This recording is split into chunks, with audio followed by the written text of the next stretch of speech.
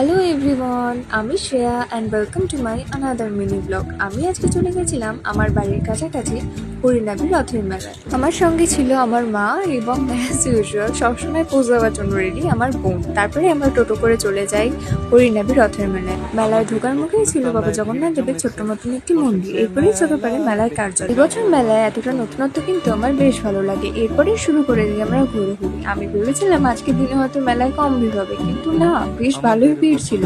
এইভাবেই ভিড়ের মাঝখান থেকে ঘোরাঘুরি করতে করতে পৌঁছে যাই রাইডসের সামনে, এবং রাইডসের সামনে পৌঁছে গিয়ে আমার চোখে পড়ে ঘুগনির দোকান। ঘুগনি দেখলে তো আমি থাকতে পারি না, আমি নিয়ে এক প্লেট ঘুগনি আর খেতে শুরু করে দিই।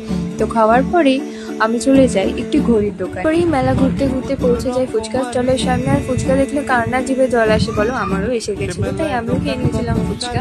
তারপরে আমি শুরু করে দিয়েছিলাম কেনাকাটি শেষ হতে হতে অনেকটা রাত হয়ে গেছিলো। দেন আমরা চলে যাই আইসক্রিমের দোকানে। মেলায় গিয়ে আইসক্রিম খাবো না, এরকম আবার হয় নাকি?